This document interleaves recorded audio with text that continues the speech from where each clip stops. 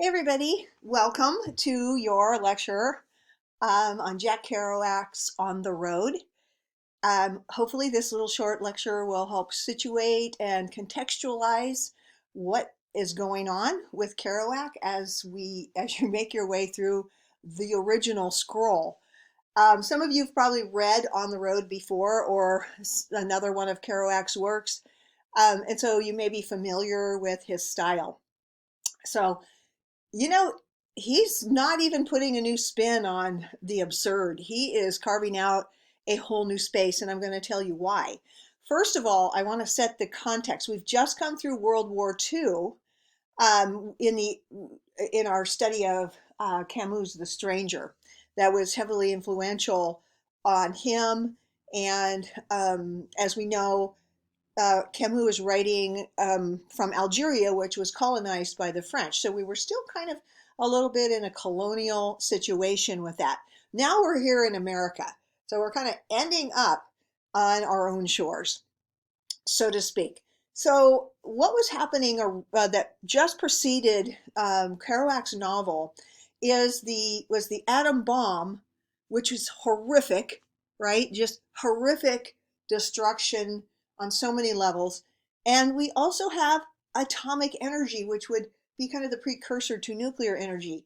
So there's this weird kind of tension between, oh my God, we could be annihilated, and oh my God, we have energy. We can create progress. So whenever there's that kind of tension, that sort of push-pull tension, we see it shows up a lot of times in the writer's works. I don't know, maybe you want to think of Jack Kerouac and his gang as kind of a new iteration of the Lost Generation. Some way they were intentionally bohemian, um, as opposed to maybe Hemingway's group, which seemed almost accidentally bohemian. All right, so let's talk about what was going on at the time preceding and right up to Kerouac's time period. Wow. Well, let's talk about this. It's a post war economy when he's writing, and the automobile industry is blossoming. We have this idea that everybody needs to have a house with a white picket fence and two cars in every garage. And boy, did Americans hook on to car culture. And I mean, I don't know, with climate change and situations and electric cars. I don't know, if it's going to change our love affair with the automobile. I don't know, but it was certainly a huge part of the culture. Partly because the automobile meant freedom. Get on the road and go. Speed. You can go fast. You can go. You can go thousands of miles across the United States. It was a new kind of freedom and a new kind of escape and a new kind of frenetic movement. Okay, so also at the time, now let me show you this little chart. This is pretty interesting here. The number of automobiles, oh, I got these charts too close together. The number of automobiles, look at how how it skyrockets, the households that had an automobile. So to think that somehow that's not going to influence, the writers or society. I mean, I think we'd be kind of silly to ignore how important the automobile has been, not just physically and functionally, but aesthetically and sociologically as well.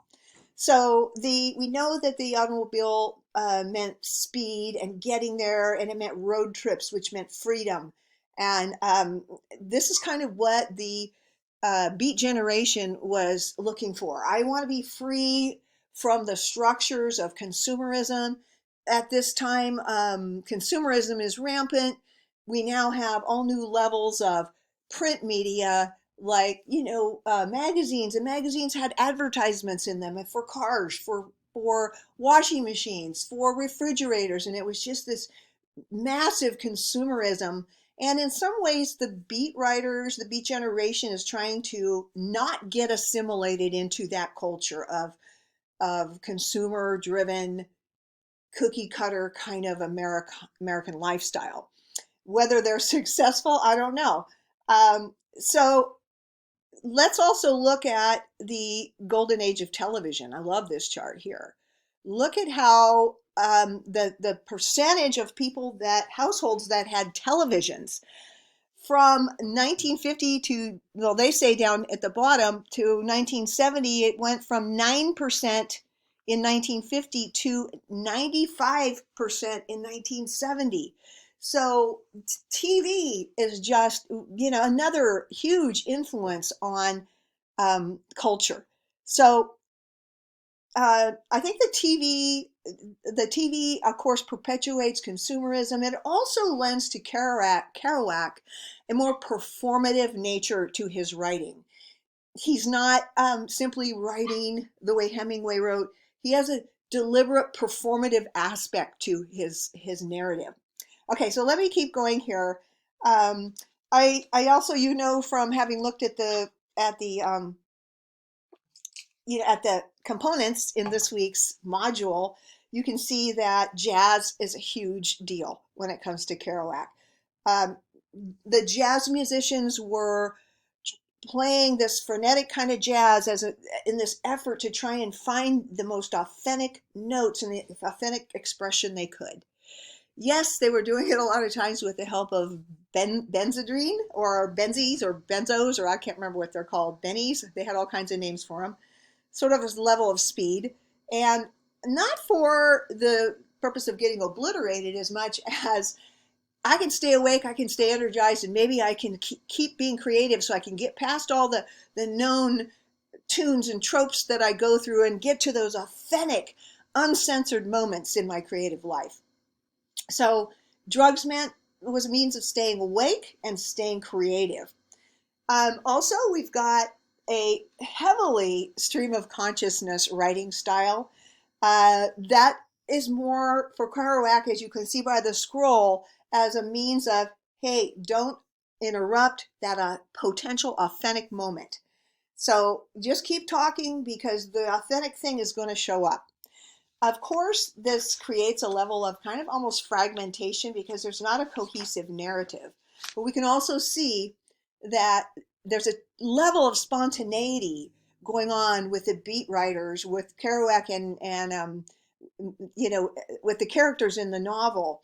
The spontaneity is a very big thing, and it's part of that movement, that authentic almost performative aspect that they were after as well. Notice too that Kerouac's narrative is heavily kinesthetic, as was Hemingway. Remember, Hemingway's characters are always moving around.